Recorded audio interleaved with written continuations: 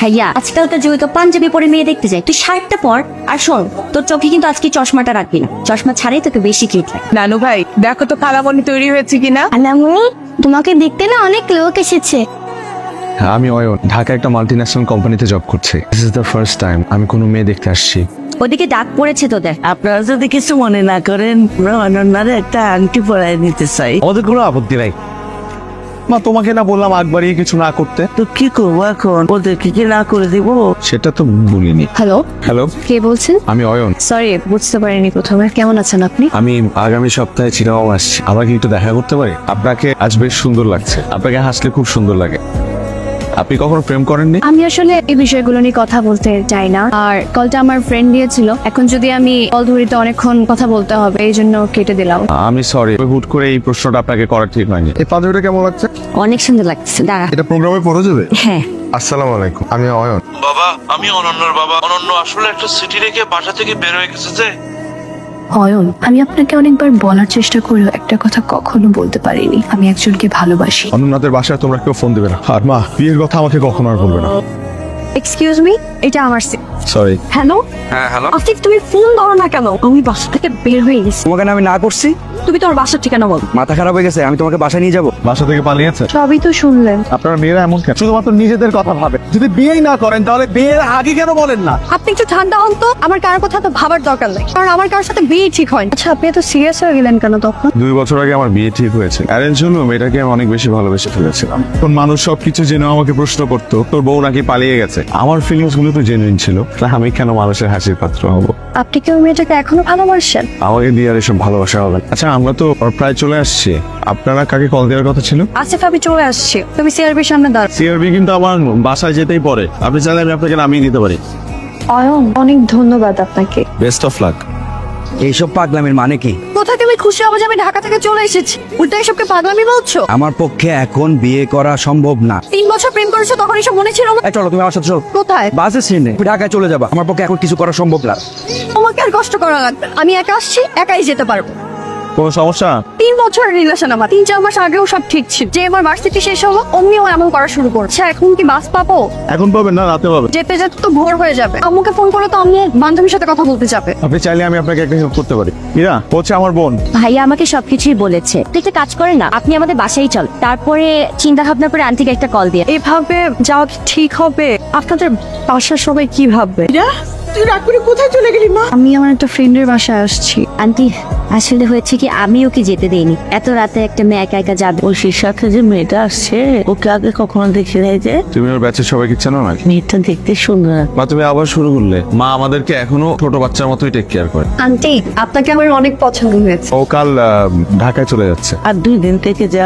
আমার বাসায় একটা ইম্পর্টেন্ট কাজ আছে। কার সাথে যাবা? ভাইয়া বাসে তুলে দিয়ে আসবে। তুই ঢাকা দিয়ে আয়। আমি তো পরশুদিন ঢাকা যাচ্ছি। মেয়েটা একা একা যাবে, দিয়ে আয় না। কোথায় গিয়েছিলি তুই? আপু, উনি আমার বান্ধবীর ভাই, ওকে দিতে আসছে। তুমি আসিস না? তাহলে জাস্ট স্পট অফ ভুল হয়ে গেল বাবা। হাই, কেমন আছেন? ভালো, আপনি? ভালো। আজকের ব্যাপারটার জন্য সরি। আপনি তো কিছু করেননি, আপনার বাবা করেছে। আপনার মন ভালো হয়েছে এখন? আছি আর কি। মন বেশি খারাপ থাকলে বলবেন, একদিন আড্ডা দেবো একসাথে। আমি এইটাই বলতে চাচ্ছিলাম, একদিন দুইজন মিলে কফি খাবো। আপনি ঢাকায় আসার পর অনেক চুপচাপ হয়ে গেছে। ওকে যত ভোলার চেষ্টা করছি আরো বেশি মনে পড়ছে। 10-12 দিন হয়ে গেল, একটা ফোনও নেই।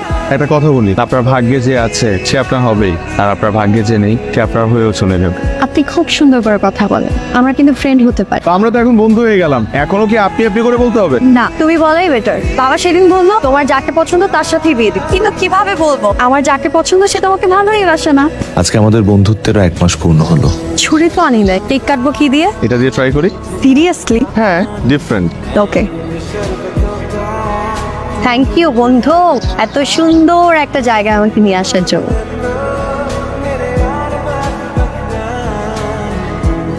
তাঁবুতে তো আগে কখনো থাকা হয়নি না?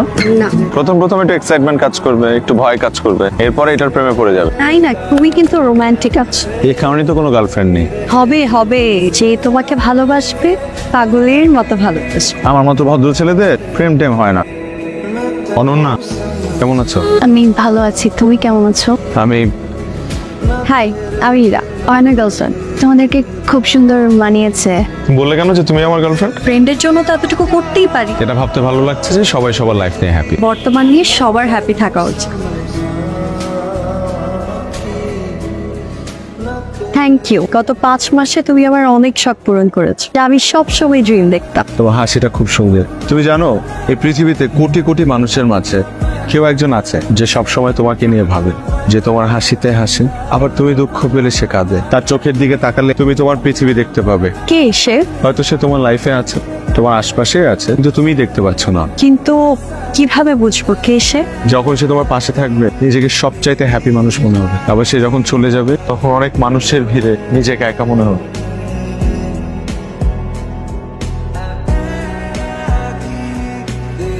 শুনুন না, কি হলো আবার? একটু আগে আসিফ আমাকে কল করেছিল, কালকে দেখা করতে চায়। আমি না বুঝতে পারছি না কি করব। করো, দেখো কি বলে। আচ্ছা, আমরা কিন্তু সেম জিনিসটাই করবো।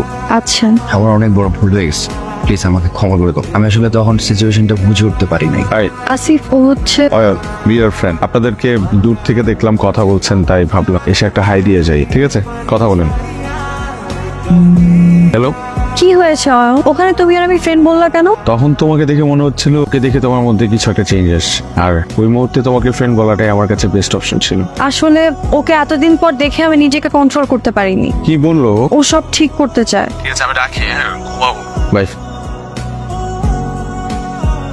হ্যালো, হাই, কেমন আছো? ভালো। 2 দিন হলো তোমার কোনো খবর নেই। তুমি তো ফোন দাওনি। বিকালে একটু দেখা করবা প্লিজ? এভাবে বসে আছো কেন?